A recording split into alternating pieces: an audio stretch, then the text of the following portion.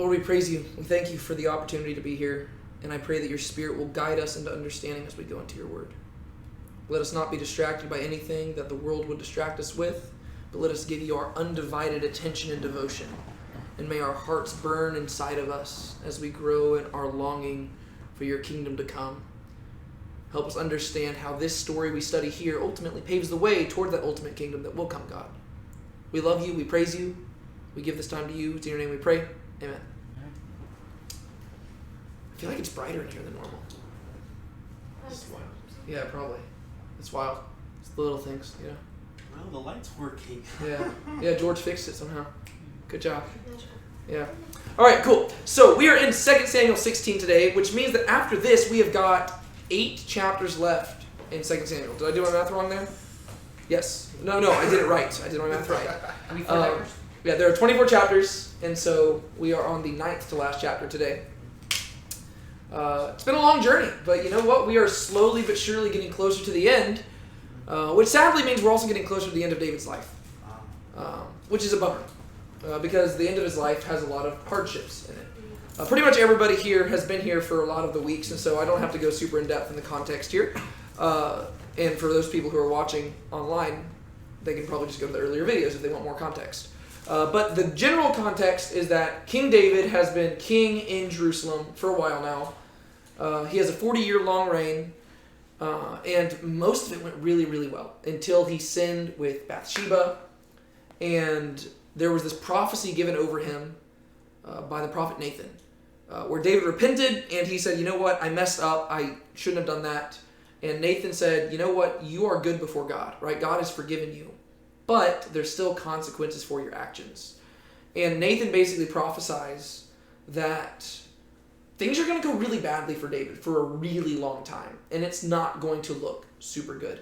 And in fact, it might actually be helpful. Could somebody flip to 2 Samuel chapter 12 for me?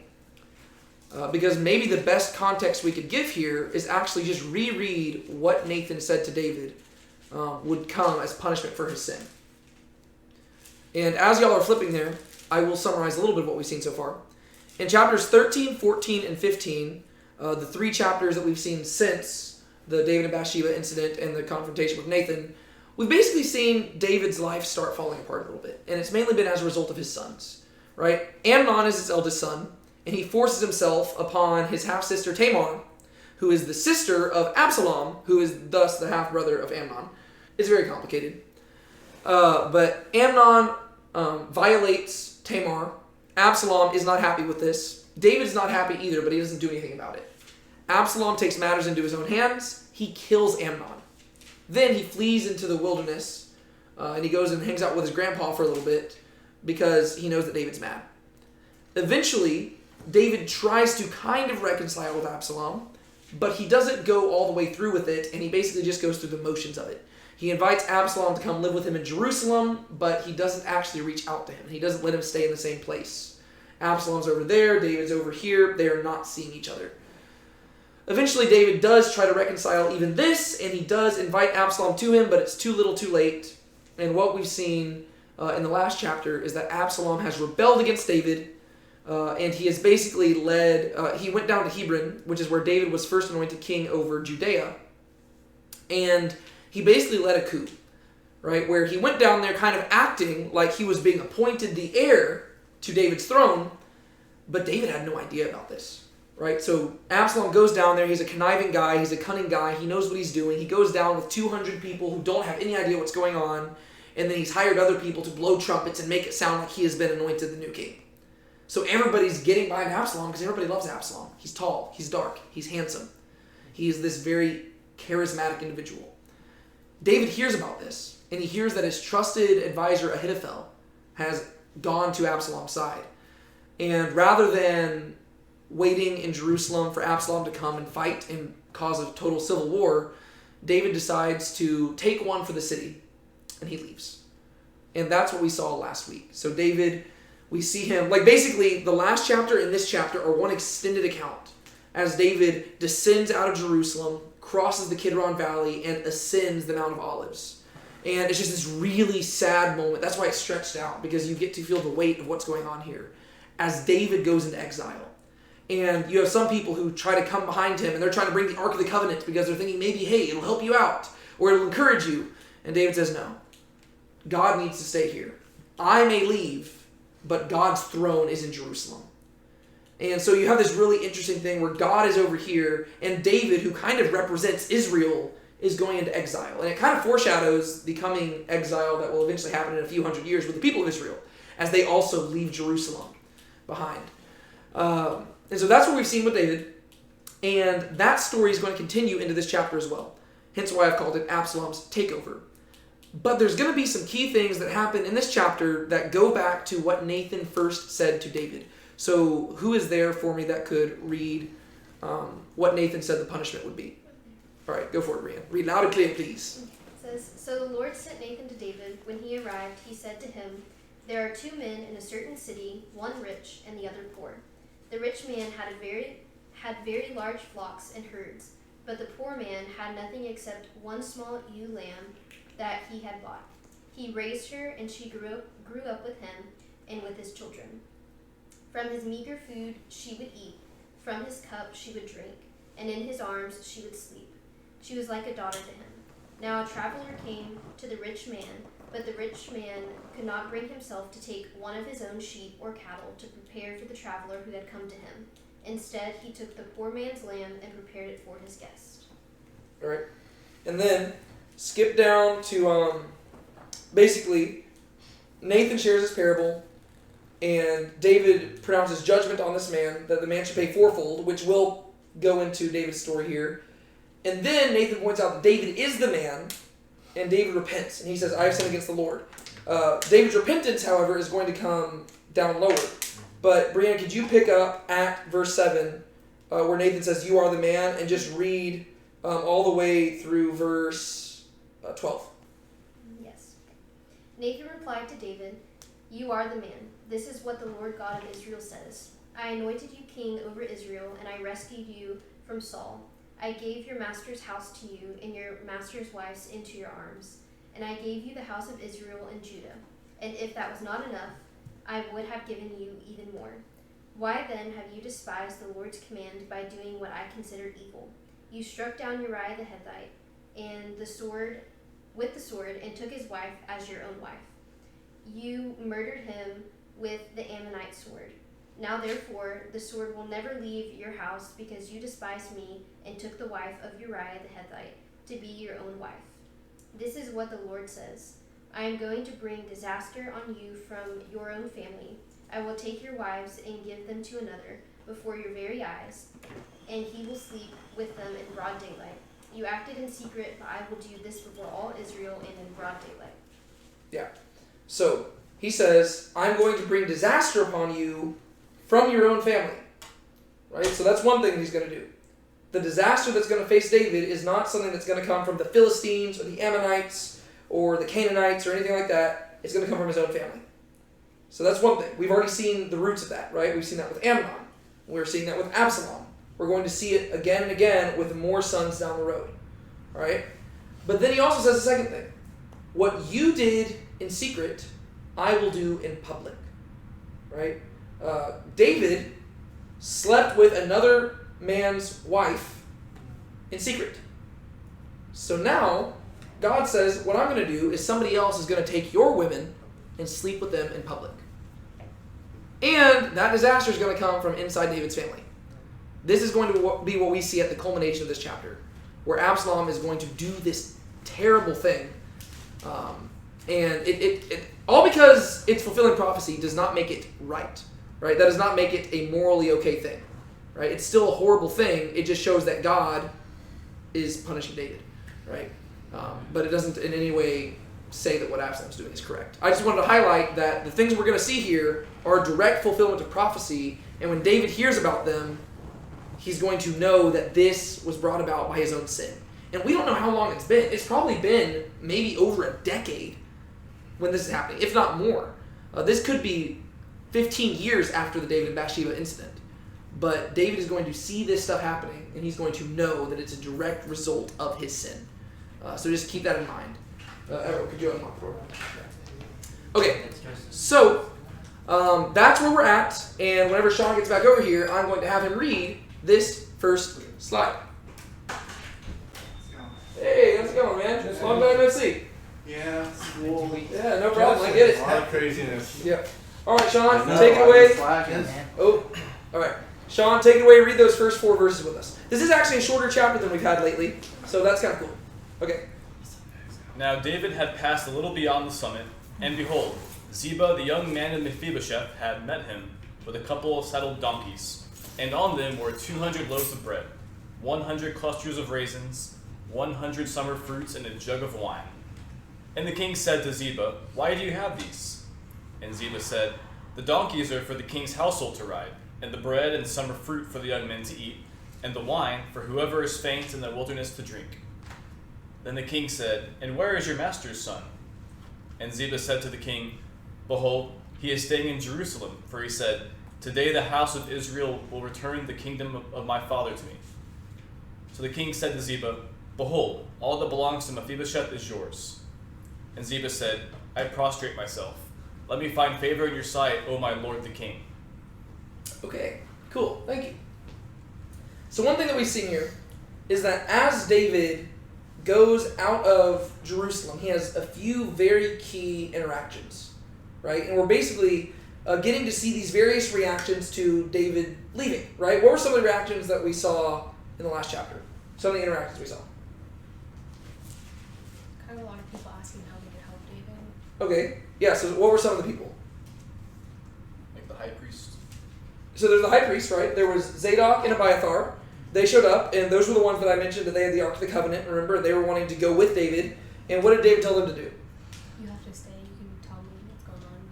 Yeah, so he said, I can't take the Ark of the Covenant, right? That needs to stay here, but you can help me, and you can be spies on the inside, and you can come help me out. So these people are loyal to David. Who else did we see? There was someone who was like a newer servant that hadn't been serving David for really long, and David told him to like go back home. You don't need to stay with me. Yeah, Ittai the Gittite. What was Right. older people? Yeah. So this guy, he's a Gentile, right? And he hasn't been following David long, but he wants to follow David. And David says, "No, I wouldn't ask you to do that. You don't have any loyalty. Like, you have no reason to follow me." And what does Ittai say? He said he's going to go with him. Yeah, he pulls a Ruth. Yeah. He says, "Where you go, I go. Where you stay, I stay." He says, "No, this wasn't me asking. I'm going with you, whether you like it or not." And then who else do we see? We see like other servants that he told them to stay back at the castle. Well, not castle. Yeah. But at the place. His concubines. Yeah, so that way, because he was saying that he knows that he's going to be back, and so he needs people to still take care of the palace. Yeah, so he left 10 concubines behind, which probably shouldn't have 10 concubines, but he has them, and he leaves them behind because he needs them to take care of the house while he's gone. Yes? One of the his cabinet members, kind of. Yes. Yeah, do you remember his name? You gotta remember these names. That's what I'm saying. When you get to the end of 2 Samuel, like, there's so many names you gotta remember. Is that like Hushai or something? Hushai. Yes, Hushai. And do you remember when Hushai showed up? What had David just prayed? What did David just heard about? Oh. He had heard very sad news. Was it Absalom's getting ready to like take over? No, he already knew that because that's why he was leaving. But he gets down to the bottom and he hears news that his one advisor, Ahithophel, has betrayed him. Yeah. And what does David pray? Oh yeah, that his Like a curse on him. his counsel will be folly. Yes, Lord, turn Ahithophel's counsel to folly. And then immediately after he prays that, it says that David gets to the top of the Mount of Olives, and who shows up other than Hushai, one of his other advisors. And Hushai shows up, and he's grieving and mourning, and he wants to go with David, but what does David tell him? To go back and give your advice to Absalom and make him. Yeah, he says, "Hey, no. I really can't do anything with you here, and I can't protect you. But if you go back inside, you can make the counsel of Ahithophel into foolishness." Right? So literally, it's an immediate answered prayer for David. Okay, and so now where we left David off at the end of last chapter was at the summit of the Mount of Olives. Right? So if you're just picturing it, you have Jerusalem over here. There's a valley in between, the Kidron Valley, He's ascending up the Mount of Olives. Here's the Mount of Olives. And then, as he goes on the other side of the Mount of Olives, he's fleeing into the wilderness, right? Remember I talked about how there's a parallel with Jesus? Whereas Jesus didn't keep fleeing. Jesus went down through the valley, and then he stopped at the olive press, at the Garden of Gethsemane. And he prayed, and he waited for his captors to come get him.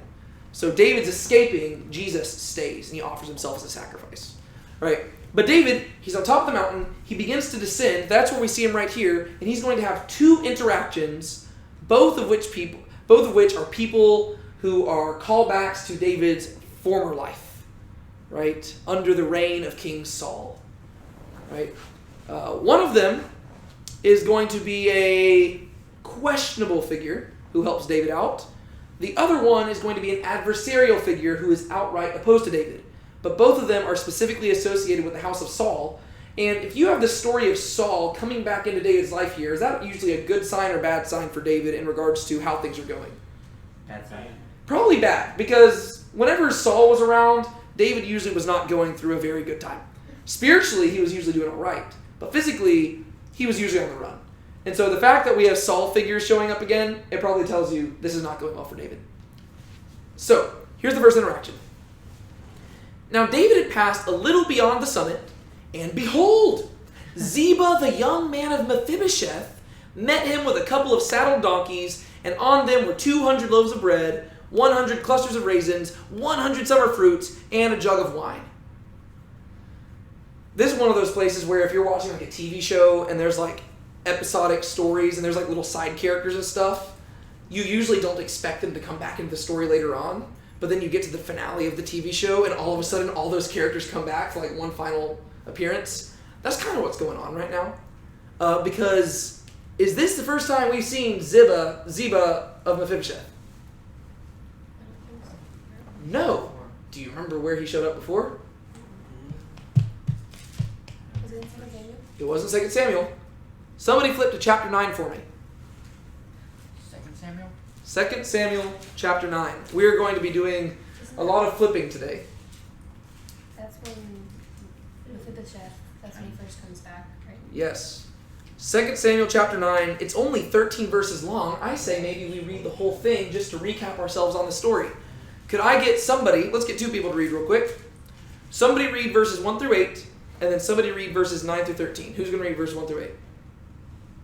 All right, Maverick, verses 1 through 8, and then Amanda, read 9 through 13. Read loud and proud for me. Alright. Then David said, "Is there yet anyone left of the house of Saul, that I may show him kindness for Jonathan's sake? Now there was a servant of the house of Saul, whose name was Ziba, and they called him to David, and the king said to him, 'Are you Ziba?' And he said, 'I am your servant.' The king said, 'Is there not anyone of the house of Saul to whom I may show the kindness of God?' And Ziba said to the king, 'There is still a son of Jonathan who is crippled in both feet.' So the king said to him, 'Where is he?' And Ziba said to the king, 'Behold, he is in the house of Machir, the son of Amahel, and Lodabar.'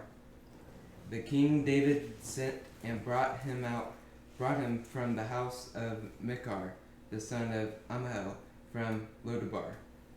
Mephibosheth, the son of Jonathan, the son of Saul, came to David and fell on his face and prostrated himself. And David said, 'Mephibosheth,' and he said, 'Here is your servant.' David said to him, 'Do not fear, for I will surely show kindness to you for the sake of your father Jonathan, and will restore to you all the land of your grandfather Saul, and you shall eat at my table regularly.' Again he prostrated himself and said, 'What is your servant, that you should regard a dead dog like me?' Then king called Ziba, Saul's servant, and said to him, 'All that belonged to Saul and to all his house I have given to your master's grandson. And you and your sons and your servants shall till the land for him, and shall bring it in the produce, that your master's grandson may have bread to eat. But Mephibosheth, your master's grandson, shall always eat at my table. Now Ziba had 15 sons and 20 servants. Then Ziba said to the king, "According to all that my lord the king commands his servants, so will your servants do. According to all." So Mephibosheth ate at David's table like one of the king's sons. And Mephibosheth had a young son whose name was Micah. And all who lived in Ziba's house became Mephibosheth's servants. So Mephibosheth lived in Jerusalem, for he ate always at the king's table. Now he was lame in both feet. Perfect. Thank you. All right. So there's the story of Ziba.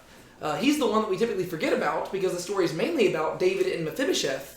But Ziba's the one doing the talking in between, right? Ziba was the servant of Mephibosheth whenever David wanted to show kindness or hesed to Mephibosheth for the sake of Jonathan, right? So that's where Ziba has been seen before. He was the servant of Mephibosheth, and he was the one who basically helped set David up to show hesed to Mephibosheth for the sake of Jonathan. That's who this guy is. So if you remember him, you're like, oh, okay. That's this guy. Now let's see what he does. When David had passed a little over beyond the summit, behold, Ziba, the young man of Mephibosheth. I think it's funny that it calls him the young man of Mephibosheth, despite the fact that we read that apparently he had like 15 sons. So the fact that he's young yet he has 15 sons, I don't know, that's strange to me. Ziba, the young man of Mephibosheth, met him with a couple of saddled donkeys, and on them were 200 loaves of bread, 100 clusters of raisins, 100 summer fruits, and a jug of wine. Whoa. Okay, so That's a party. paint the scene. Yeah, what's going on here? Party time. Party time. Great start. Okay, the issue is, what's the context of why is David... He's fleeing. Yeah, David's fleeing, so he sees Ziba with all this stuff. He's probably not thinking party. What is he thinking? He's thinking food and drink. Provision, Hydrating. right? He's thinking this is provision, and that's what he asks. And the king said to Ziba, I do want to highlight once again that it keeps calling him the king. The king, the king. All because David is leaving Jerusalem does not mean that he is no longer the king, right? He has left the throne, but really the throne travels with him because the throne is tied to the anointing that David has received from God, not the proximity to Jerusalem. And the king said to Ziba, "Why do you have these?" He's curious. Why do you have these, Ziba? And Ziba said, "The donkeys are for the king's household to ride, and the bread and summer fruit for the young men to eat, and the wine for whoever is faint in the wilderness to drink." So what does Ziba say? I've come out to give you provision for your journey, wherever you're going. Yes, I'm here to provide you figs for the journey. This isn't really that significant right now, but I do want to just highlight the fact that here we have mention of kings riding donkeys on the Mount of Olives. Jesus would also ride donkeys on the Mount of Olives. So just keep that in mind. Not that that's significant right now. This is the non-triumphal exit. That's what's going on here. But so what is Ziba saying he's want to do? Serve the king. Serving the king. He is demonstrating where his allegiance lies. What does this sound kind of like? David going on the run, a member of the household of Saul coming and providing for him as he flees into the wilderness. Sounds like Jonathan, doesn't it? Yeah. Right? That's exactly what Jonathan did. Right? Jonathan came out, found David, provided for him, gave him the things he would need to go out into the wilderness and live on his own. That's exactly what Ziba's doing. Do you think that might be intentional? Could be.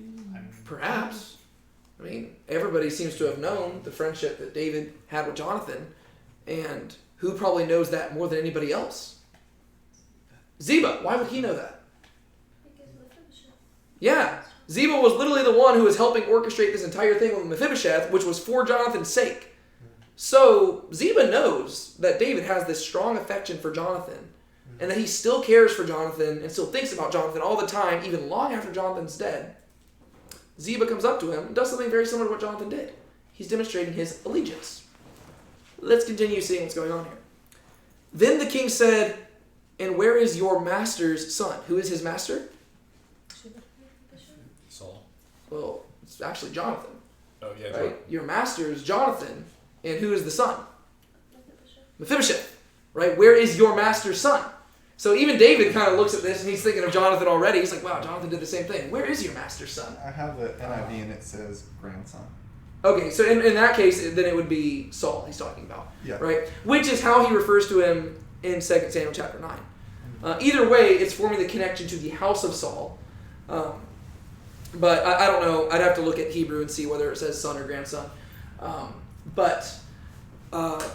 To me, like David sees this, and he thinks of Jonathan. He thinks of Saul, right? He's like, okay, this is exactly what happened before. This isn't my first rodeo. I fled into the wilderness before, and I've had a member of the household of Saul come provide for me.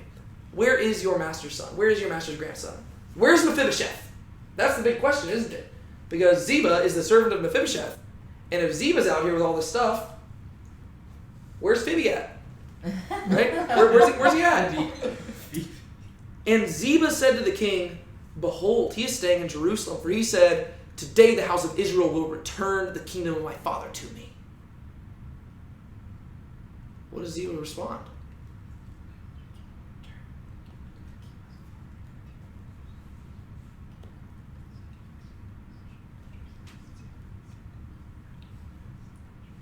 Is he saying that he's going to be able to take back the throne in Jerusalem eventually? That's what he's saying Mephibosheth is saying. Saying the house of Saul will rise again? The house of Saul will rise again! Yeah. The Dark Lord shall rise again! To quote Harry Potter. Yes. Why would Mephibosheth think this?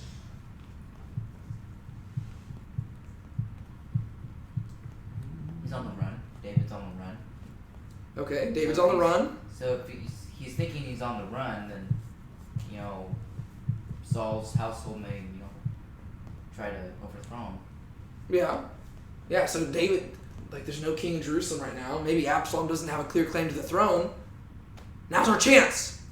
And if the house of Saul was to rise again, who would be the one in charge? Mephibosheth, right? He was literally the only remaining person. Right? So if the house of Israel will return to the kingdom of my father to me, Mephibosheth is wanting to be king. You know what the issue with this is? He's naming both feet. That is problematic. But no, the issue with what Ziba's saying is, do you know what it is?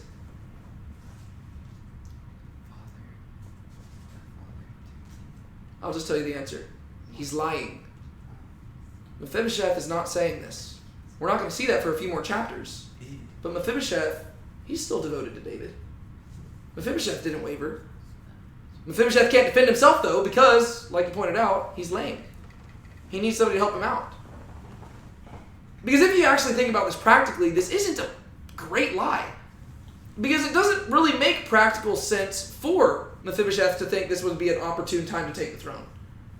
Because if anything, David has demonstrated a kindness to Mephibosheth in the house of Saul that Absalom would never demonstrate. If Absalom's in charge, he's not going to show Mephibosheth the same courtesy that David showed. No, Absalom has showed that he's not even willing to show his own father courtesy.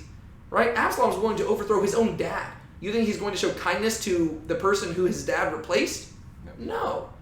And so, if you look a little deeper into what Ziba's claiming here, you can see that either, if it's true, Mephibosheth is just really stupid, or Ziba just came up with this lie because he saw his opportunity and went for it.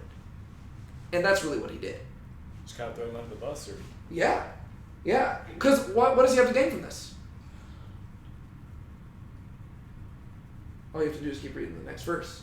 It's in his favor. So the king said to Ziba, behold, all that belongs to Mephibosheth is yours. It worked. Right? Probably better than what Ziba expected. Ziba shows up. He knows that Mephibosheth, for all we know, Mephibosheth hasn't even heard that David's left yet. But he can't travel around on his own. And so Ziba packs up all these carts, and he hurries down there. He's like, King, oh my gosh, I got out as quick as I could. I brought all this stuff to provide for you so that you're in the wilderness. Well, where's Mephibosheth?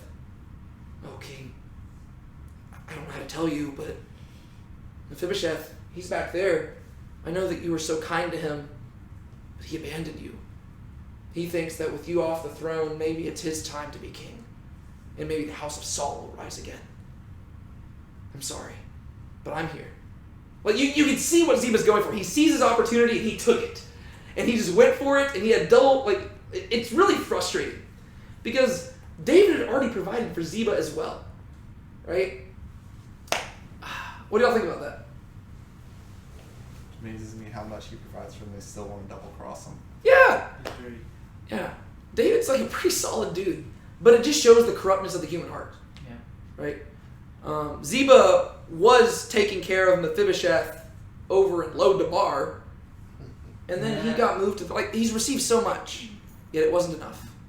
And now he betrayed, like this whole story is just filled with betrayal. Ahithophel betrays David. Absalom betrays David. Ziba betrays Mephibosheth, saying that Mephibosheth betrayed David. Right? Like there's so much betrayal right here. Just shows the danger of like just political intrigue and stuff like that. And so this is really sad. But let's talk about what David does here. So the king said to Ziba, "Behold, all that belongs to Mephibosheth is yours." What do y'all think about that? So is Ziba betraying Mephibosheth? Yes. Here? Ziba's betraying Mephibosheth. That's sad. But the thing is, I gave you a spoiler, technically. Right? Mainly because I didn't want this to linger. According to the story, you're not supposed to know this yet. Right? So you technically are not supposed to know that he's lying about Mephibosheth. Because that isn't revealed until a few chapters later, and Mephibosheth's like, "No, I was faithful to you." Right? So technically, you have insight that the reader is not supposed to have at this point. So you're supposed to be reading it as if, yeah, Mephibosheth betrayed. Oh, and wasn't this kind of prophesied when David went after Bathsheba and all that? It was prophesied that his life would be a lot of turmoil, for sure. But what do you think about his response right here? It makes me wonder why he would, I guess, take Ziba so quickly at his word, just because we haven't seen, like the author hasn't revealed to us before this point that Mephibosheth would be someone who would do something like that. So why he would like not further question Ziba before he would just be like, "You get all the Mephibosheth stuff. Like I just don't even care. You get all of it." Yeah. It just, I don't know. It's kind of weird. Yeah. Like, it sounds like he's in a hurry. Like, have all the stuff. I'll deal with this later. I'm on Okay. the way out. Yeah. I'm thinking since he sinned and his sin is the consequences coming to him now. Probably this is probably another consequence of my sin. So just have it. Yeah. No, I think this is a beautifully complex scenario because I can understand where David's coming from, but at the same time I'm frustrated by it. Because I think one thing we can all agree on is that David jumped the gun a little bit. Right? Maybe you shouldn't make big choices like that without looking into things more. At the same time, David doesn't know if he has time to do that.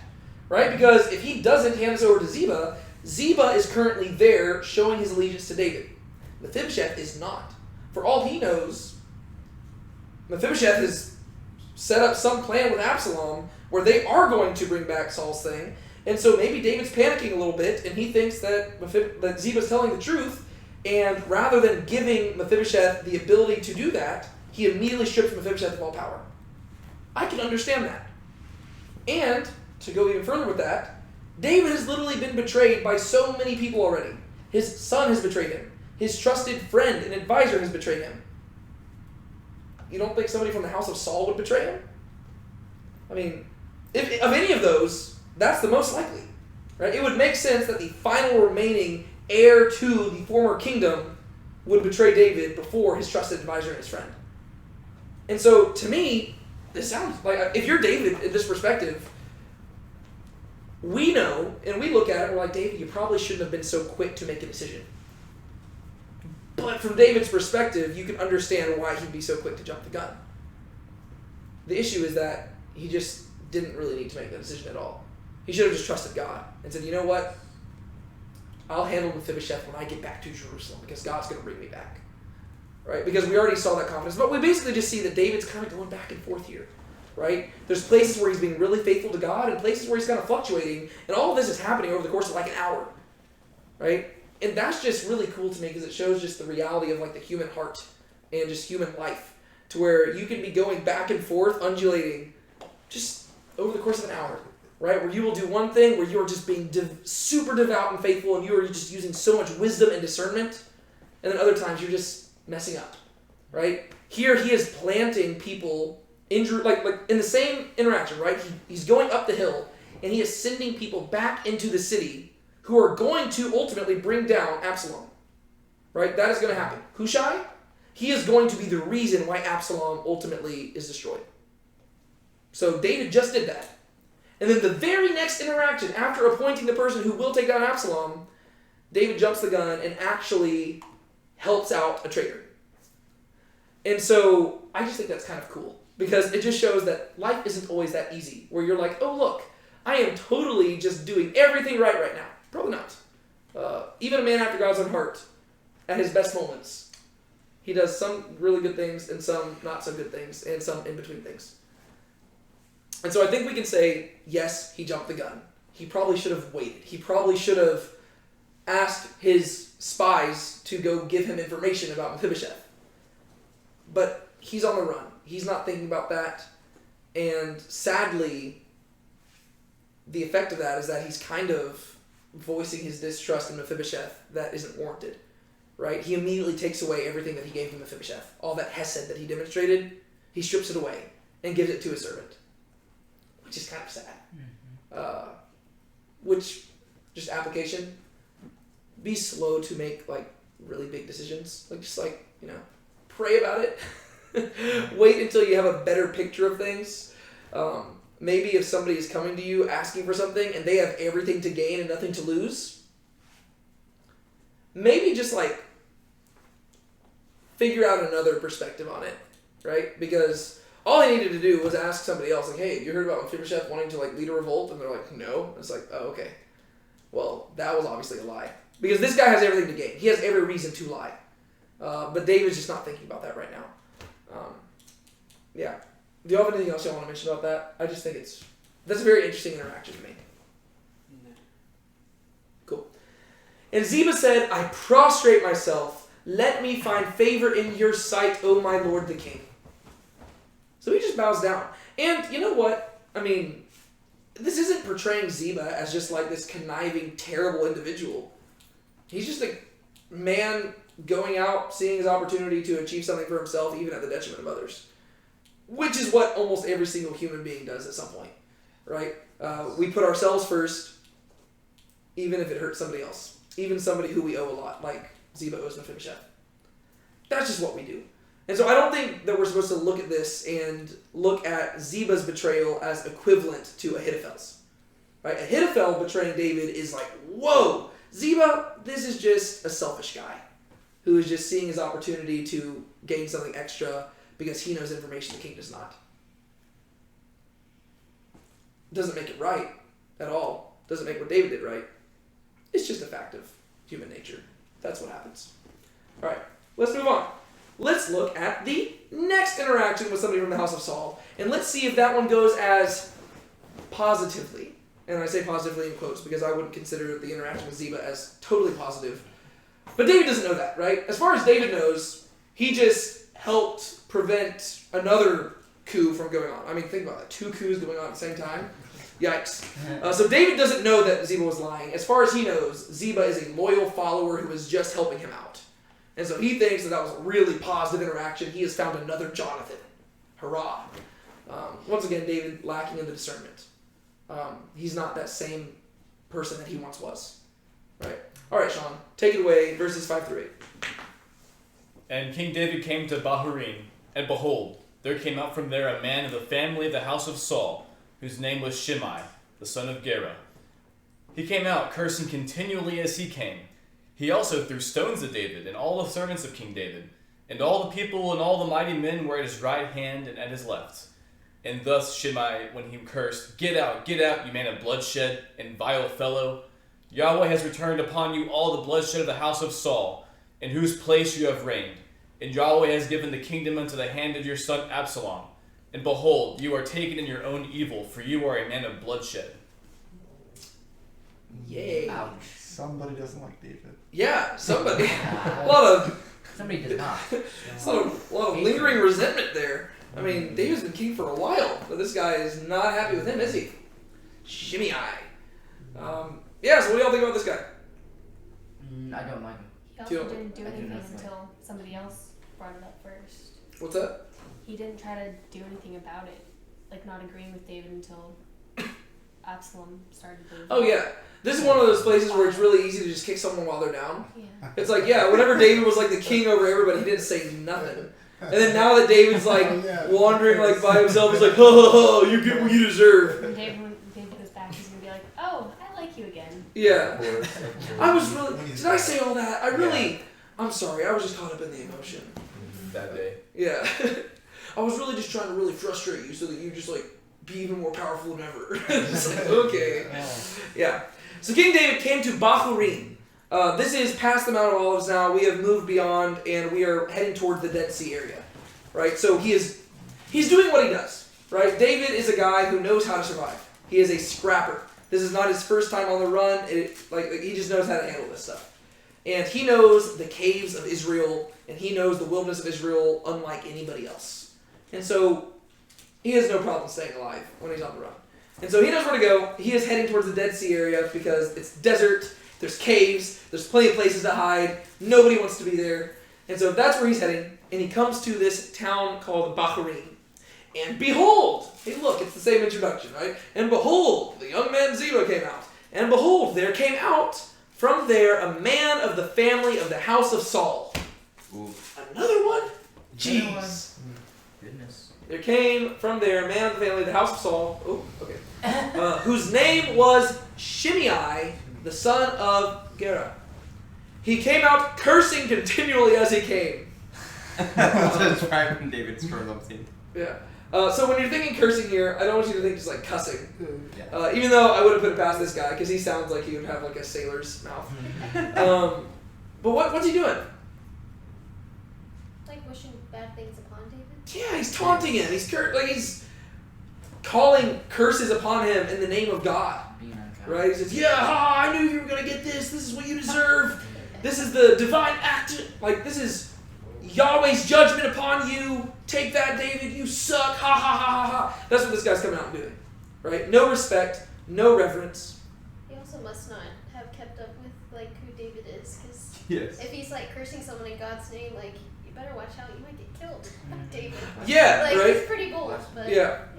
But it also, I think it shows David's reputation that this guy thinks he can get away with this. Mhm. Right? Because this is like the classic example of bullying a nice kid. Yes. Right? Because nobody's going to go bully the unhinged kid who you think might lash out and kill you. Mhm. No, you usually just like keep those thoughts to yourself. Because you don't want to be on the receiving end of that guy's fury. This kind of shows that people, like David has a reputation of just like being very gracious to people. To where this guy has the audacity to approach, like, yeah, sure, he's the exile king of Israel. He's still a king. And he's still the guy who killed Goliath. And he's still the one who murdered 200 Philistines and chopped off their foreskins just so he could marry a girl. Like this is, like David is not a dude to be trifled with. You don't mess with him. But this guy has the audacity to do it. Which probably tells you that, he's just a punk. He's just a bully. He's just coming out here knowing that David's not going to do anything about it. And he has the audacity to curse God's anointed one. Right? Which is a big no-no. Mm-hmm. Right? He also threw stones at David and at all the servants of King David. Right? This one dude just like picking up stones, and there are a lot, like we were in Israel, there's a lot of stones. Yeah. Right? And you can find some big old stones. This dude is picking them up and just like launching them at him.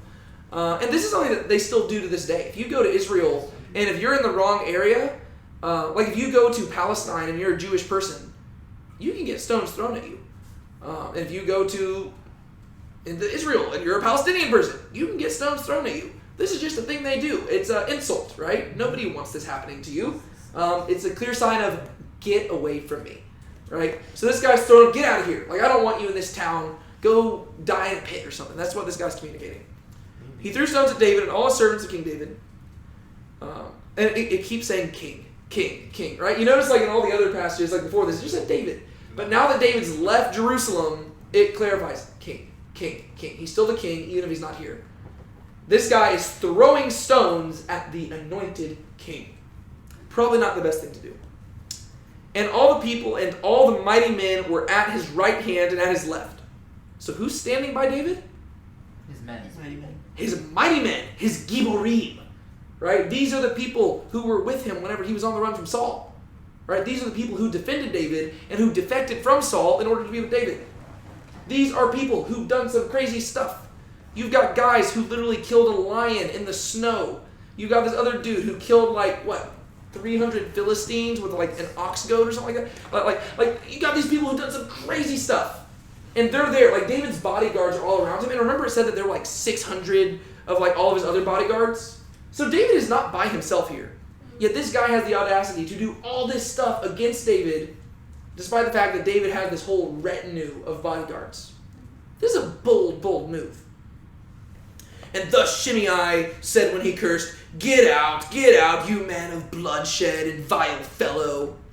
Yahweh has returned upon you all the bloodshed of the house of Saul, in whose place you have reigned. And Yahweh has given the kingdom into the hand of your son Absalom. And behold, you are taken in your own evil, for you are a man of bloodshed. All right, so what does Shimei say to David? He wants him out of the kingdom. He doesn't He want got him. what he deserved. Yeah, good riddance. Get out. You get what you deserve. Ironically, he says that God's bringing the blood of the house of Saul on David, which is interesting because David didn't kill anybody. But what do you think he probably has in mind? Mm-hmm. Yeah. The one brother? Which brother? The Asahel or something? No, that would be Joab and them. Oh, yeah. Yeah, but you're on the right track. Who do you think people might blame David for when it comes to the house of Saul and their death? Happened at the beginning of 2 Samuel. Abner and Ishbosheth. Right? Because remember, both of those times, people came and reported to David, hey, we killed Abner and Ishbosheth. And David's like, you did what? Right? He's like, that's not the look that we're going for, guys. I don't want people to think that I hate the house of Saul. Right? I love Saul. I love Jonathan. I have nothing against them. Yes, they did plenty of bad things to me. Saul in particular, not Jonathan. Jonathan was great. I love Jonathan more than I love a woman.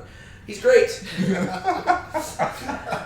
But I love the house of Saul. They're awesome.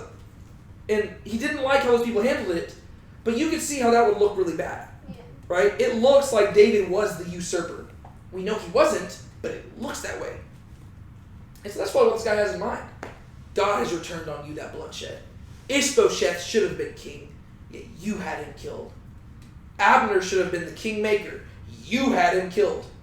Jonathan should have been the king, but you were his best friend, and so he died. Right? So you can see where this guy's coming from.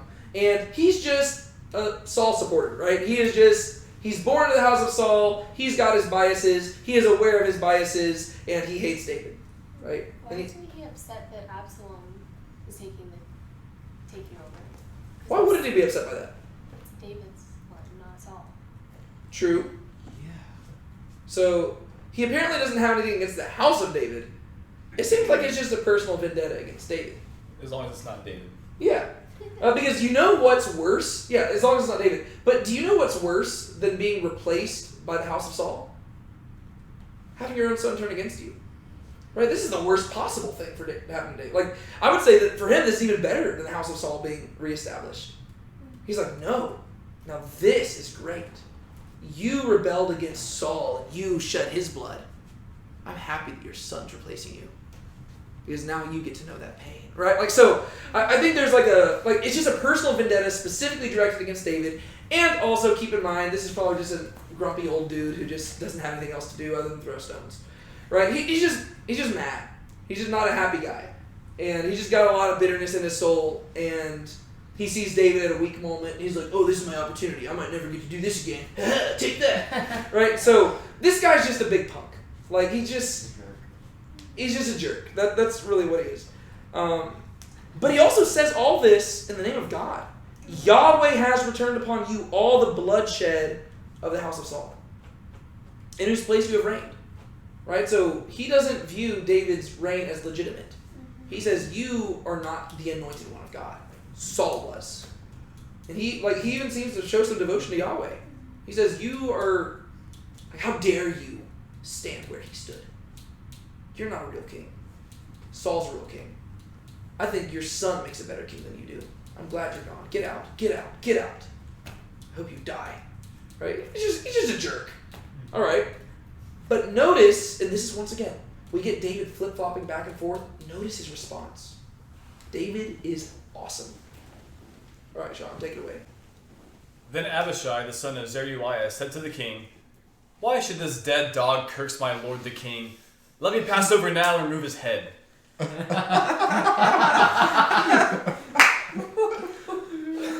the king said, "What have I to do with you, O sons of Zeruiah? If he curses, and if Yahweh has told him, 'Curse David,' then who shall say, 'Why have you done so?'" Then David said to Abishai and to all his servants, "Behold, my son who came forth from his body seeks my life. How much more now this Benjamite? Let him alone and let him curse, for Yahweh has told him. Perhaps Yahweh will look on my affliction and return good to me instead of cursing this day." So David and his men went on the way, and Shimei went along on the hillside parallel with him, and as he went, he cursed and cast stones and threw dust at him. Then the king and all the people who were with him arrived weary, and he refreshed himself there. So his servants were like, "Shall we kill him?" And David's like, "No, I asked for this." Yeah. And then the dude proceeds to cuss him Shimei, out. like, he always cracks me up as a character because he almost seems like, I don't play video games, but he almost seems like one of those like side characters in a video game who's just like there to annoy people and like just keeps coming up and like just does stuff to like annoy the main character. So I don't know, like that's just the impression I always get of him. Kind of like a drunk British person outside of the pub. Sure, yeah, he's just like this nuisance where he just shows up. He's like, "Oh yeah, you're terrible." Like it's like, okay, Shimei, whatever. And then like they just try to move on, and he's like, "Oh, you think you can get away from me? Well, I'm gonna stay up here and keep throwing rocks at you." It's like, dude, like, don't you have better things to go do? Like, go take those stones, like, build a house or something. Like, I don't know, like, stop throwing them at me. It's just annoying. Like, It's like the French taunter or whatever. Yeah, the French taunter. All right, so let's talk about this first part because this is just hilarious. I love David's exasperation here. Then Abishai, the son of Zeruiah. Okay, who is this? Who is Zeruiah, first off? Gotta remember the names. Sister. David's sister. All right. So who is Abishai? One of her sons. One of her sons, which makes him David's Nephew. nephew. And he's also the brother of Absalom. Joab and The one that died. the one who died, right? Asahel, Asahel. right? Yeah. Yes. So Asahel died, but there were three of them. There was Joab, Abishai, and Yeah. Asahel, right? Asahel, he went bye-bye. He's no more. But now there's Joab and Abishai, and you just get the impression that these guys are all also just punks, right? These guys, they're the sons of thunder of David's crew, right? So if you don't know, James and John of the 12 apostles, they come up to Jesus one day whenever Samaritans were like cursing Jesus and like stuff like that. And they're like, "Master, should we call down fire from heaven to consume them?" And Jesus is like, "Yeah, that's not how we do things." That's kind of what these guys are like. And we've already talked about Joab. What's the rule with Joab?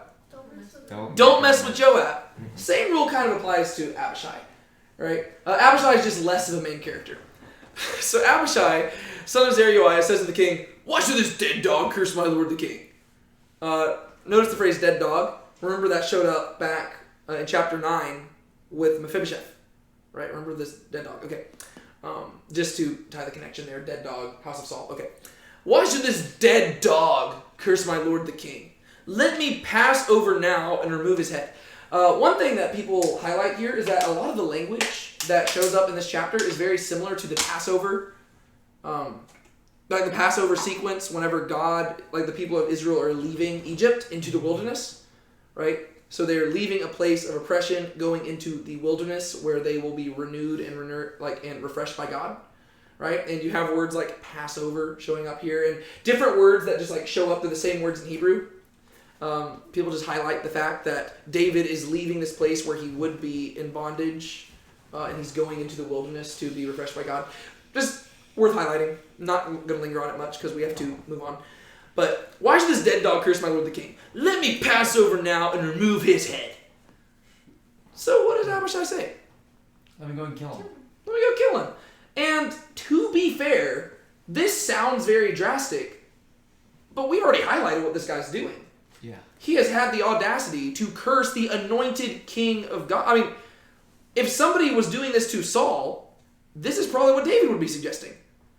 Right? If somebody was threatening King Saul at the time whenever David was his armor bearer, and somebody was throwing stones at Saul, David would probably be like, yo, Saul, how about I go over and kill that guy? That's literally what David did to Goliath. Right? Goliath's over here like, hey, come fight me. I hope they all die. And David's like, all right, I'll chop your head off. That's fine. Right? And ironically, you know what David did? He threw a stone at him. And so look at that. All the parallels. No, but Abishai, to give him credit, he's like, yeah, I mean, you're cursing the anointed king of Israel, dude. You think you can do that and not be punished? Like, that's not how this works. You are pronouncing curses from God upon the king of God. Like, if that isn't blasphemy or something, I mean, that probably earns the death sentence. You don't just get away with stuff like that. And so, we should laugh at Abishai because it does sound very funny. But the only reason it sounds funny is because we know David's heart, and we're going to see how David responds. But from just a worldly perspective, this makes sense. And even from maybe even a godly perspective, it makes sense. Just based off the law of Israel. That might be a fair response. But that's not how David handles his authority. But the king said, what am I to do with you, O sons of Zeruiah? He's just like, why are you always causing me trouble? Like, how long will it be till y'all understand how I go about things? Y'all are always causing fights, and y'all are always jumping into battle. Don't you realize that I only fight when I need to fight? I prefer peace. I don't just lash out at people because they said mean things about me. Right? But this is what David has a tough time with, because he has appointed his nephews into very high positions in his court, and they're like bodyguards and they're commanders and stuff. And that's cool, but they don't have the same values as he does. They just like bloodshed. They just like war. They just like violence. They like conquering.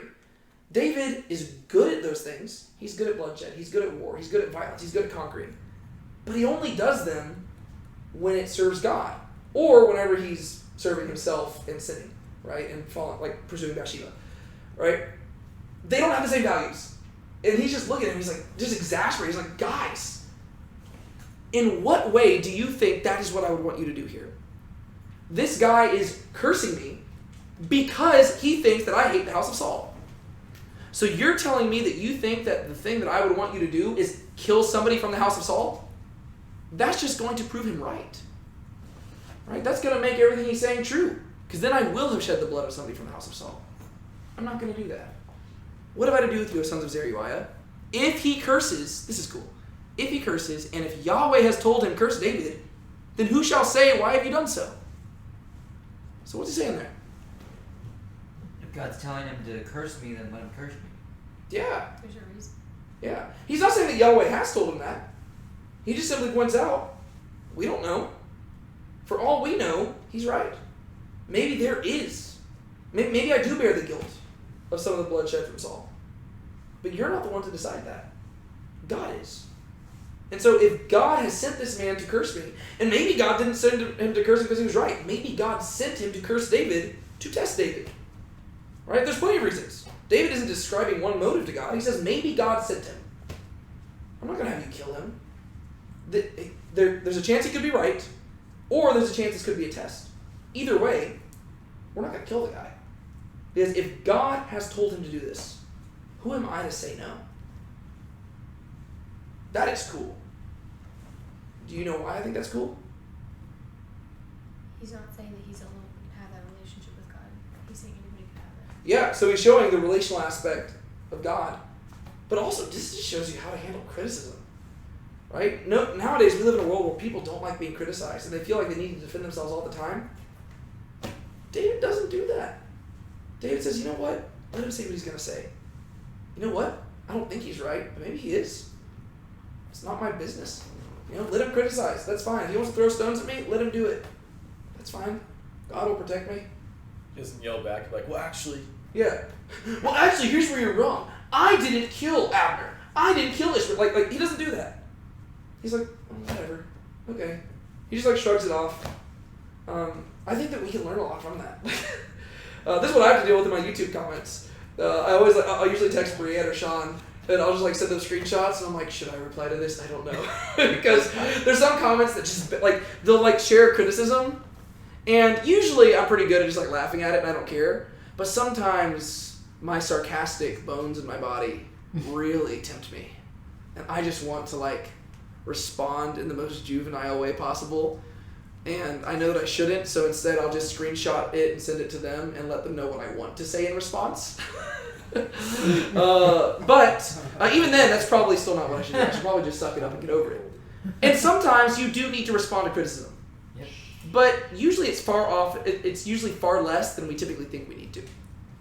We feel the need to respond to every single criticism we receive. But that's usually because we're proud people and we like being right. More often than not, people are going to criticize whatever. Even if you're David, who has literally tried so hard to do things right here, you're still going to have Shimei's who show up and they're going to criticize you and they're going to get the entire story wrong. And you're just like, you know what, whatever. It's also like the answering a fool according to his folly. Yeah, exactly. No, it's exactly like that, right? Don't answer a fool according to his folly. Answer a fool according to his folly. You know, find the right time. You know, sometimes there's people like Nabal who you need to respond to. But don't respond to him like David did. Shimei, don't respond to him. I just think that's really cool. And I just like the mentality that gets him there. It's not simply he being like, I don't have the energy to respond to this. He has theological reasons for not responding. He says, maybe God sent them to do this. Maybe this is a test. What if I took that approach on my YouTube comments? Maybe this person typed this comment against me, but maybe they didn't even realize it. But maybe God was allowing them to type that comment, which was so clearly wrong, just to test my heart and to see whether or not I would respond in pride.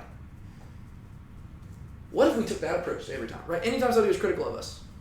What if we just realized maybe there's more at play than simply this person speaking something wrong? Or maybe rather than thinking you're always in the right, maybe consider the fact that they're correct somehow. Right? So David just has a very sober-minded approach to this, which I think is really cool. Because I think I can learn a lot from it. I think we could all learn a lot from it. I think our culture could learn a lot from this.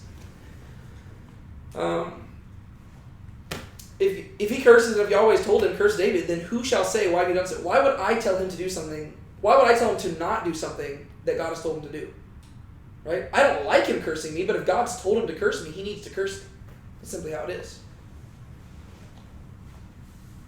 Then David said to Abishai and to all his servants, behold, my son who came forth from my body seeks my life. How much more now this Benjamite? Let him alone and let him curse, for Yahweh has told him. So what's he say there? He's assuming that God is having this person curse him. Yeah, he thinks it's a possibility. But he's also just being reasonable here. He says, guys, my own son hates me right now. This guy's nothing, right? I mean, of course he does. Like he's saying, I've got bigger fish to fry, right? One more is one person. Yeah, this is just one more person, and of course this guy does. I mean, he's been living on this is like that, person who's in like his 40s and he still holds it against you that you like beat him in a like cross country race whenever y'all were like teenagers, right? It's like, of course, like this dude is living in the past.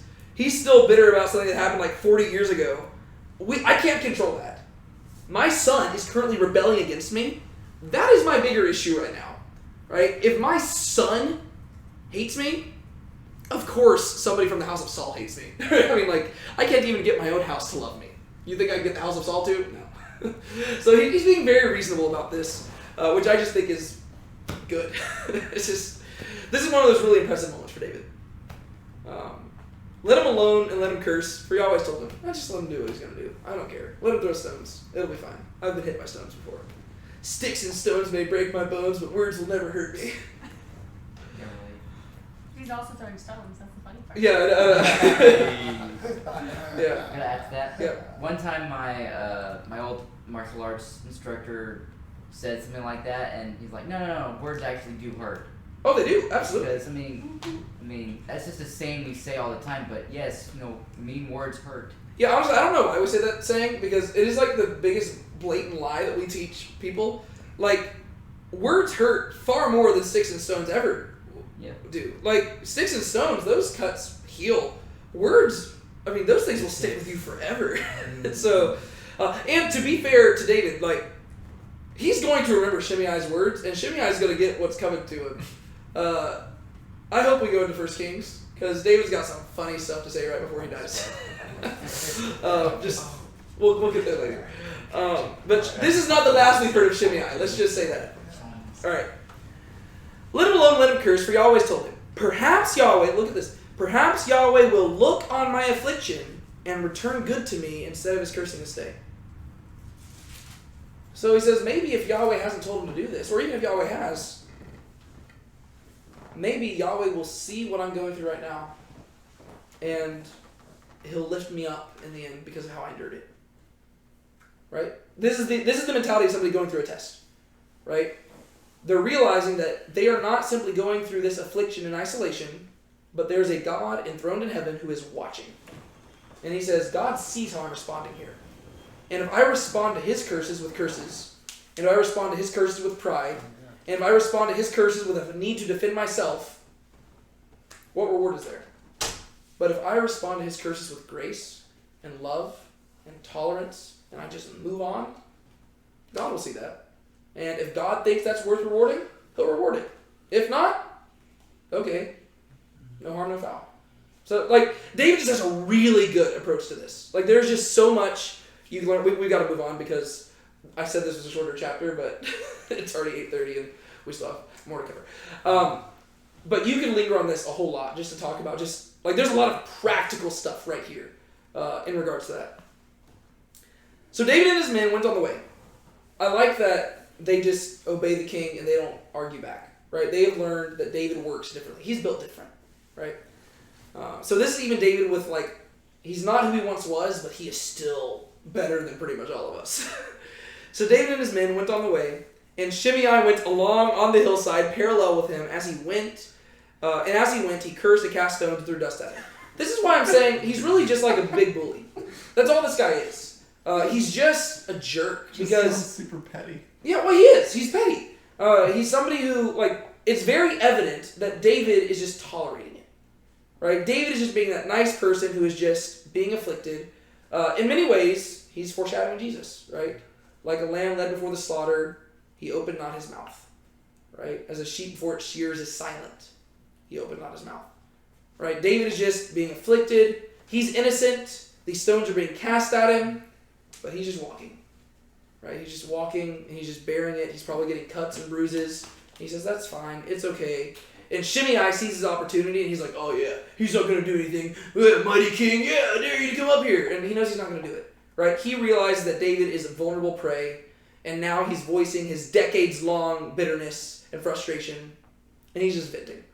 Right? So this guy, these are the type of people, you don't even need to waste your time with them. Right? Like, there's some people who literally will just be like this for the sake of being like this, and unfortunately that's just a lot of people in the world. They literally they're critical for the sake of being critical. Because it's also very easy to be critical.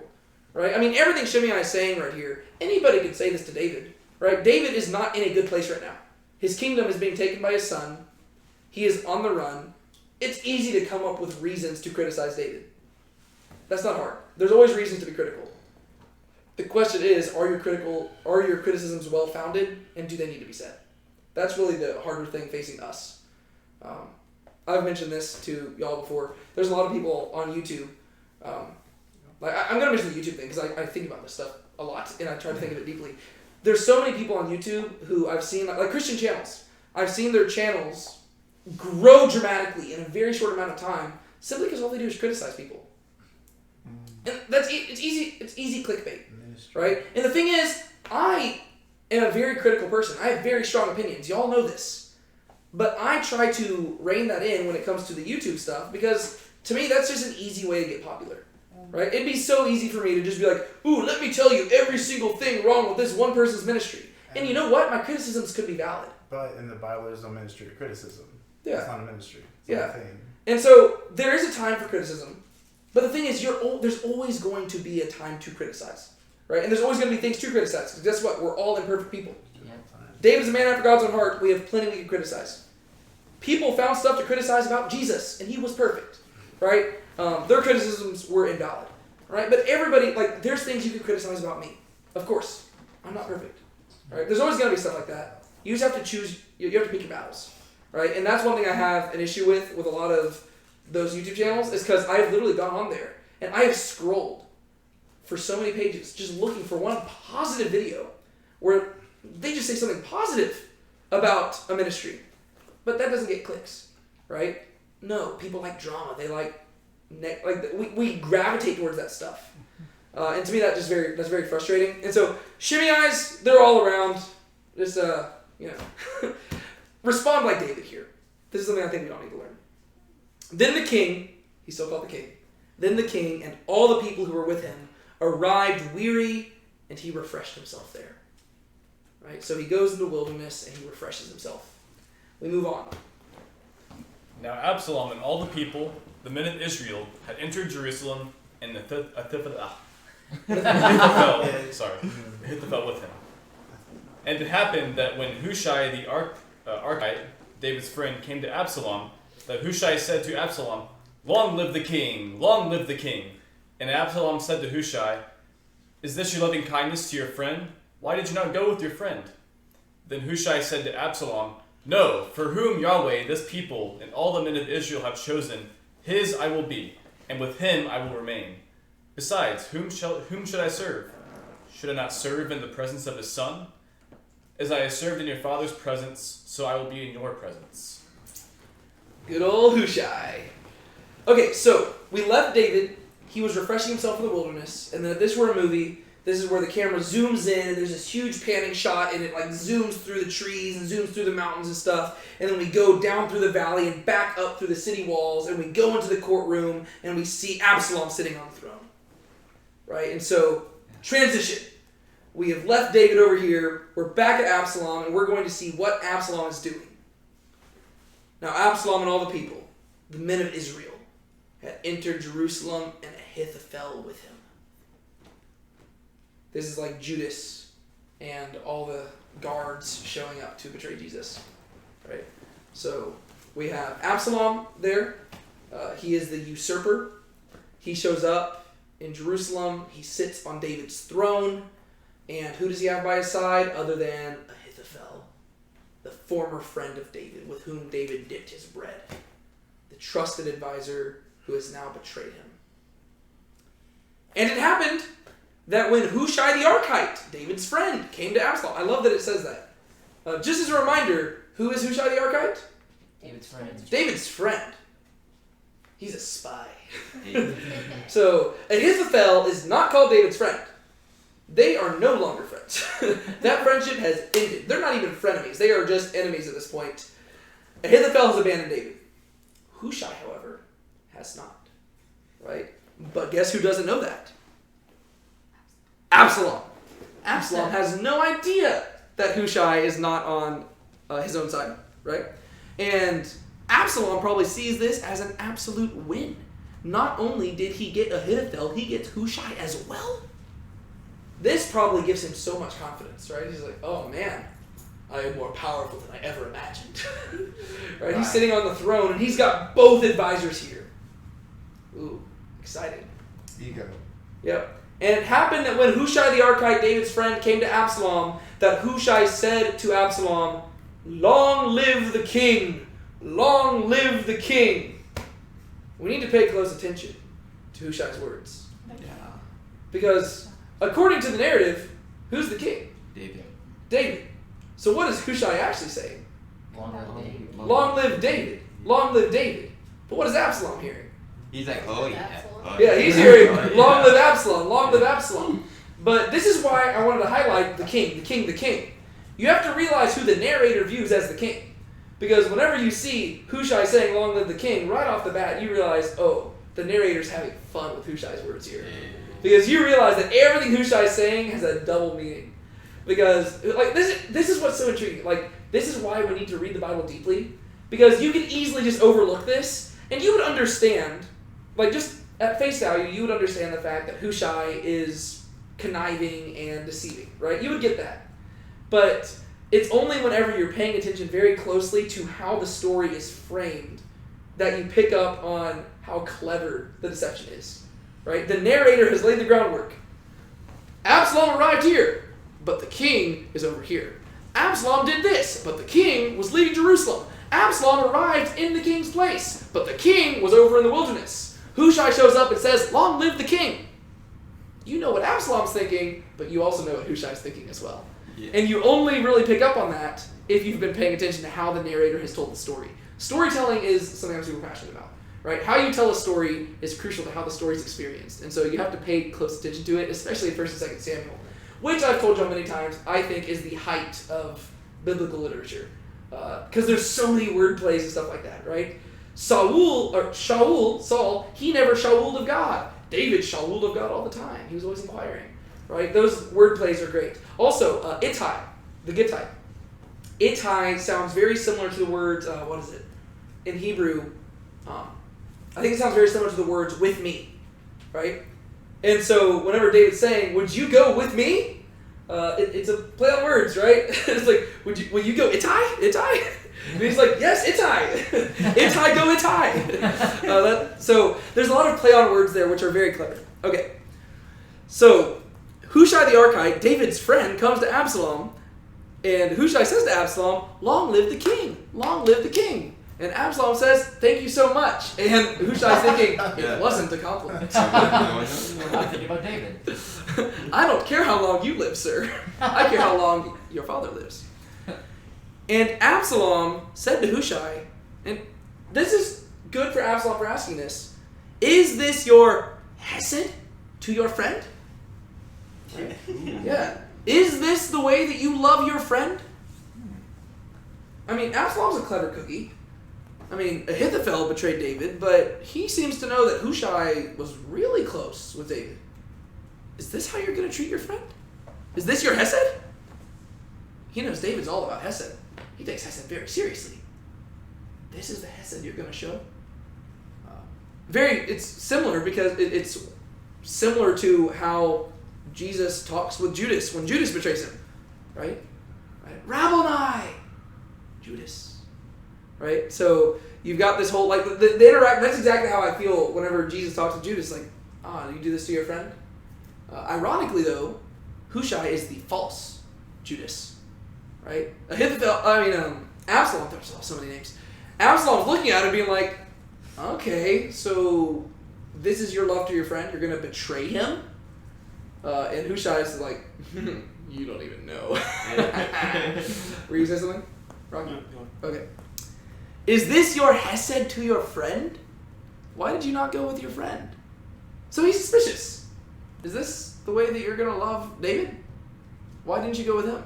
I would have expected you to be with him. Ahithophel, yeah, he's here with me. We planned this ahead of time. But you, I wouldn't have expected you to be here. It's not the most loving thing to do, huh? It's not the most hesed way to live your life. So he's scrutinizing. Then Hushai said to Absalom, once again, notice the wording.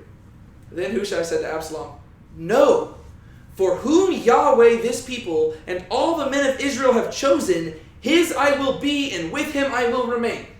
Never his name. David. He never said a name. Never. He didn't say, "With you I will remain." Who did he say? Yahweh. Okay, let's talk about these. With who? So there's 3 groups of people who have chosen, right? Who's the first one? Yahweh. Who has Yahweh chosen? David, right? We have an anointing, right? He anointed David. He chose David. He made a covenant with David. Did he ever choose Absalom? No. All right. And then this people, right? This people is probably referring to the people of Jerusalem or just the people at large. Who's that talking? So who have they chosen? David. Remember at the beginning of 2 Samuel? They went down there and they're like, "Hey, David, we're going to make you king." Right? David didn't ask for the throne. Yahweh pursued him. The people of Judah pursued him. Thirdly, all the men of Israel. Okay, who did they choose? David. Right? The people of Israel, 7 years after David had reigned in Hebron, they went down and they said, "Hey, we want you to be king." David did not pursue the throne at all. Yahweh pursued him, the people pursued him, and the people of Israel pursued him. They chose him. And so, Hushai is saying, I belong to David, and I will remain with David. But how does Absalom hear this? He's like, oh yeah. Well, yeah. Like, Absalom's hearing this, he's like, wow, you think much more highly of me than I thought. Right? Yes. He's like, man, so you're showing up and you're saying that I have been appointed by Yahweh? You're saying that the people have chosen me? Man, I'm feeling pretty good about my reign. I thought I just stole the throne. Just full of himself. Yeah, well, yeah, this is encouraging him, right? He's not noticing the fact that the name Absalom was never mentioned. He's not noticing the deceptiveness behind these words. He is simply hearing that he has been chosen by God and by man and by all the men. And he's like, I'm listening. Okay, I like this. But this is it's just the words are so clever. No, for whom Yahweh, this people, and all the men of Israel have chosen, his I will be, and with him I will remain. So Hushai makes his statement very clear. I will be his, and I'm remaining with him. I'm not budging. And so Absalom hears this, and he's like, wow, you are going to be devoted to me. And Hushai's like, is that what you heard? That's not what I meant. Besides, whom should I serve? You know what? I am so devoted to this person that has been chosen by God and the people, I can't even fathom serving anybody else. Whom else should I serve? To quote Peter in John chapter 6, to whom else shall I go? To whom shall we go? You have the words of life. He's talking to Jesus. Whom should I serve? Who else could I go to other than the one chosen by God and chosen by the people? Absalom's head is just swelling, right? He was already cocky enough. But now his is just like this guy is saying the perfect words for him. Besides, whom should I serve? Should I not serve in the presence of his son? That should give it away.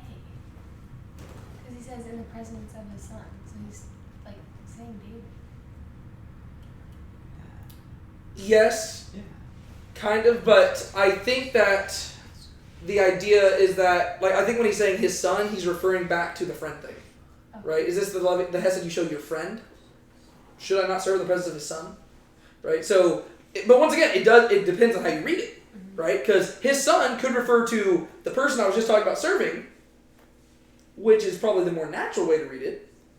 But Absalom is hearing this in reference to He's hearing your friend.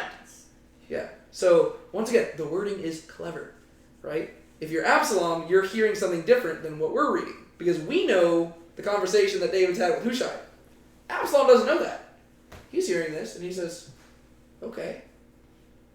So, you agree that my dad was getting too old and I needed to replace him. All right. Sweet. Welcome to the party. Right? Should I not serve in the presence of his son? Would that not be the most devoted thing to do? Isn't the greatest hesed I could show our former king to support his son? Because you are so obviously the one to, pass, you are the rightful heir. Right? This is the way that I show hesed to my friend. It's because I know that you're right. Right? That's how Absalom's hearing this. As I served in your father's presence, so I will be in your presence. How did he serve in David's presence? Cabinet. Yes, as an advisor. And so he is going to serve as an advisor in Absalom's presence. But beyond that, he served in David's presence by serving the one who was anointed by Yahweh and the one who was chosen by God and the people. And so he says, I am going to continue serving in the exact same way in your presence as well. AKA, I am going to continue serving David. But you don't hear it that way. Very clever. Like, the wording is so good, and you can see Hushai's a pretty smart guy. And once again, Hushai is going to be the reason that, like he's going to be the one who leads to the downfall of Absalom. And so Hushai is a champ. He is super cool. But let's get to this final slide so that we can wrap this up. Then Absalom said to Ahithophel, give your advice. What shall we do? And Ahithophel said to Absalom, go into your father's concubines, whom he has left to keep the house. Then all Israel will hear that you have made yourself odious to your father. The hands of all who are with you will also be strengthened. So they pitched a tent for Absalom on the roof, and Absalom went into his father's concubines in the sight of all Israel. Now the counsel of Ahithophel, which he counseled in those days, was as if one had asked of the word of God. So was all the counsel of Ahithophel regarded by both David and Absalom. All right. So let me get this straight. he banged his father's concubines all in front of Israel. Yes, and whenever we say that, I don't want you to get the impression that they are doing the deed in public. I want you to get the idea that there's probably a tent being pitched, and they're going inside the tent, but everybody knows what's going on inside the tent. Okay. Just to be clear there, I highly doubt that he is just like doing the deed in front of everybody. But the idea is that it's a public show. Like they do make a show of it, and we'll talk about that. There's some very dark irony to this. All right. Okay. Yeah. Then Absalom said to Ahithophel, right? So Hushai is welcomed into the cabinet, but Ahithophel is still the number one advisor because, they go back, right? They plan this out together. He turns to Ahithophel, give your advice. What shall we do? Right? So David has run out of Jerusalem, and now Absalom has taken the throne. He's taken over, and he says, Ahithophel, what's our next plan of action? What is the thing I can do to cement my claim on the throne? Right, what do you think? And Ahithophel's a wise guy. He knows what to do. And Ahithophel said to Absalom, go into your father's concubines, whom he has left to keep the house. Then all Israel will hear that you have made yourself odious to your father. The hands of all who are with you will also be strengthened. All right. So, what is Ahithophel suggesting here? Assert your dominance. Assert your dominance. Yeah, why? If your father was here, he wouldn't let you do this. Yeah. This is a time for strength, not a time for weakness. Right? You need to do an act that makes it clear that you have declared war against your father. Right? Because right now, people are confused. Right? Some people think that maybe Absalom was just appointed heir, and they're very confused about it. But then David's left, and so maybe some people are praying that they'll come to a compromise, or maybe that they'll come to an agreement, and that there's hope for some sort of restoration. Ahithophel says, we can't. No. You've got to do something so severe that it is clear that people have to decide between Absalom and David. And they need to pick their sides. Because you don't want ambiguity. Because if there's ambiguity, people are never going to associate you as anything other than David's son. Right? Y'all are just going to be... People are really just going to be hoping that y'all figure it out or something. You need to make it clear that you are a force to be reckoned with. Right? You need to rule with an iron fist. You need to rule with power. You need to make it clear that you and your dad are opposites. And since you've already laid the groundwork of building resentment against your father, the people who support you, they'll be encouraged by it.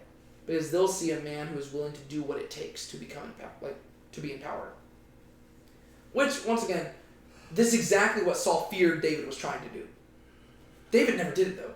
David was not somebody who pursued power. Ironically, David was anointed to be king as a child, yet he never pursued the throne. Absalom received no such anointing, yet he is pursuing the throne. So he literally is, to David, what Saul thought David was to him. Right? So the parallels there are crazy, even though David had more right to do it. Absalom is just doing it out of pride and arrogance and bitterness. So he says, go into your father's concubines. These are the same 10 that David left behind. Right? So David left it behind out of faith that God would bring him back to Jerusalem. And now those women are going to be used as judgment against David. Both by Absalom and, ironically, by God. Because Absalom is doing this. This is one of the mysteries of God. Right? And this is throughout the Bible. God can use evil means to accomplish a good end. He can use sinful people doing sinful things to accomplish a good action. He will send the Assyrians and the Babylonians to destroy Jerusalem and to carry the people away. Despite the fact that the Assyrians and Babylonians aren't doing it to serve God, they are doing it to serve themselves and to serve their pride and to serve their sin. They have no idea. They're just being sinners. Unknowingly, they are being the hand of God judging the people of Israel and carrying them off into captivity. Same thing here. Absalom is simply being a proud, arrogant sinner serving himself. God is using this sin as judgment against David to fulfill prophecy. Because he told David, what you did in secret will be done in broad daylight. You took another man's woman and slept with her in secret. Somebody from your own house will take your women and sleep with them in public. Does that make what Absalom's doing good? No. but it does make it judgment. Right? And we just have to recognize that that's one of the mysteries of God, how he can do that. Even what the enemy means for evil, God works for good. Go into your father's concubines, whom he has left to keep the house. Then all Israel will hear that you have made yourself odious to your father. You can't do something like this and people not. The prince was on the roof and he slept with David's concubines. This would be on the tabloids everywhere. This is like breaking news. Like imagine something like this happen nowadays. Like this is a public, this is an unspeakable event. This is stuff that should get you killed according to the Israel law, like the Torah. Like this is condemnable by death, 100%. This is unacceptable practice. Even by most cultural standards outside of Israel, this is unacceptable practice. But it's a clear assertion of authority, right? Go into your father's concubines, whom he has left to keep the house. Then all Israel will hear that you have made yourself odious to your father. Everybody will hear that you have declared war. You have become a stench, right? They will hear that you have drawn the line in the sand. It is either Absalom or David. There is no room for compromise. There is no room for coming to an agreement. Pick your sides. The hands of all who are with you will also be strengthened. People will be encouraged by this. Because the reason they follow you is because they think that you're a man of action. They think you can accomplish things. And because they don't like David. All right. Well, do something to prove to them that you're not wanting to compromise. That you won't take compromise as an answer. Draw the line in the sand. Now this is the dark part. So they pitched a tent for Absalom on the roof. Where's Absalom at right now? Jerusalem. Right from Bathsheba. He's in the palace, right? They pitched a tent on the roof. Where did David first see Bathsheba from? The roof. The roof of the palace. So the very place where David first saw Bathsheba from is the place where Absalom is making this public spectacle. Right? That is the dark irony of all of this. David did not know that when he was standing there. Right? But on the same place where he was standing, years, maybe even decades later, his son would also commit the same action, but it wouldn't be in secret. Right? David called Bathsheba over, and they went into the private quarters and committed their sin. Absalom did not do such a thing. He pitched it on the tent. And remember, once again, this is at the highest place in the city. Right? It is the palace. Everybody can see it. And they see, one by one, Absalom welcoming David's concubines up there. And they see them walking into the tent. And they go in there, and they do their thing. And presumably he's forcing himself upon them. Right? And everybody knows what is happening here. This is Absalom spitting in David's face. And not really reassuring for the people who support David. If David can't take care of his own family, how can he take care of the nation? If he can't take care of these 10 concubines, can he take care of us? Right? So this is it's a power move. And that's what he does. So they pitched a tent for Absalom on the roof, and Absalom went into his father's concubines in the sight of all Israel. Everybody sees this. And even those people who weren't there, they heard accounts of it as if they were there. Right? They heard all the gory details. Now the counsel of Ahithophel. This perfectly sets up next week's chapter. Now the counsel of Ahithophel, which he counseled in those days, was as if one asked of the word of God. So was all the counsel of Ahithophel regarded by David and Absalom. All right. So what is that final thought? What do we hear about Ahithophel? He is wise. Yeah, very wise. Right? Whenever this guy talked, you felt as if you had heard from God himself. This guy always knew the right answer. He always knew how to give the best advice. Which explains to you why David was so hurt by it whenever Ahithophel went to Absalom. Because this is a wise guy who chose Absalom over him. He chose to betray. And now he's going to be supporting Absalom. And both David and Absalom recognize how crucial Ahithophel is. Which is why David sent Hushai in. Because he says, if I am to come back, and if God is going to deliver me, Ahithophel has to be taken out. And so Hushai is like the Obi-Wan Kenobi of the story. Help me, Hushai the Archite. You are my only hope. That is what's going on here. And so, going into chapter 17, that's what we're talking about next week. Ahithophel and Hushai. One of them is going to make it out of the story alive. We'll have to wait and find out. So, there's the story. What are some final thoughts y'all have before we just wrap up and get out of here?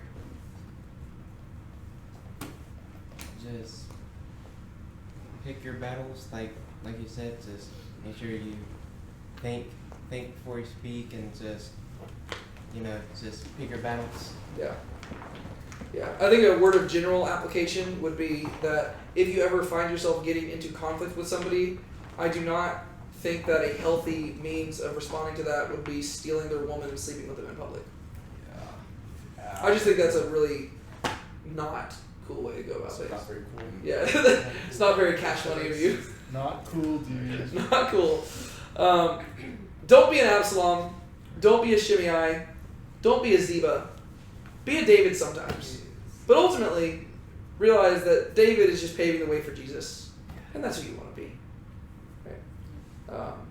Because David's kingdom is falling apart right now, but it will be rebuilt. And it will be rebuilt into a kingdom that will last forever.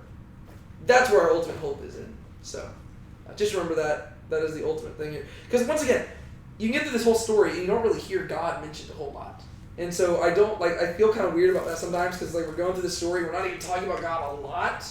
But he was mentioned here and there, right? We had Yahweh like David wrestling through, is Yahweh behind this? Is Yahweh allowing this person to say this? And I kind of like resting in the complexity of that. A lot of people like having answers to clear things, but there are some places where you're just not going to know. Is God behind this or not? I don't know. I need to respond to the situation as if he were behind it, right? Rather than just assuming he's not behind it, maybe he is, right? And there's a lot of things in life like that. If there's ambiguity, just assume that he is the one governing it.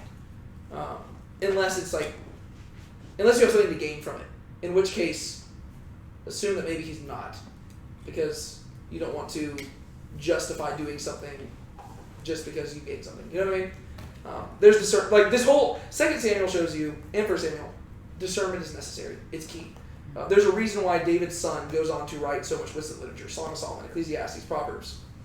It's because the story of David, like his father, and his own story, it proves things are not always black and white. We need discernment in order to live faithfully to God. And, yeah. All right, anything else? Yes, no, maybe so? Okay, cool. One of y'all want to close us out in prayer?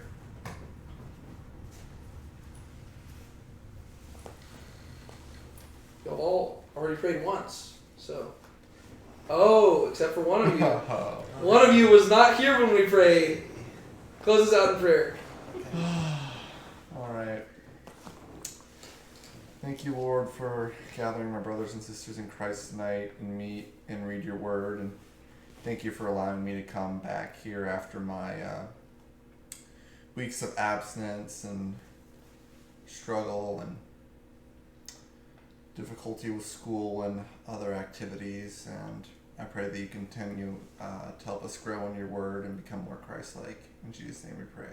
Amen. Amen.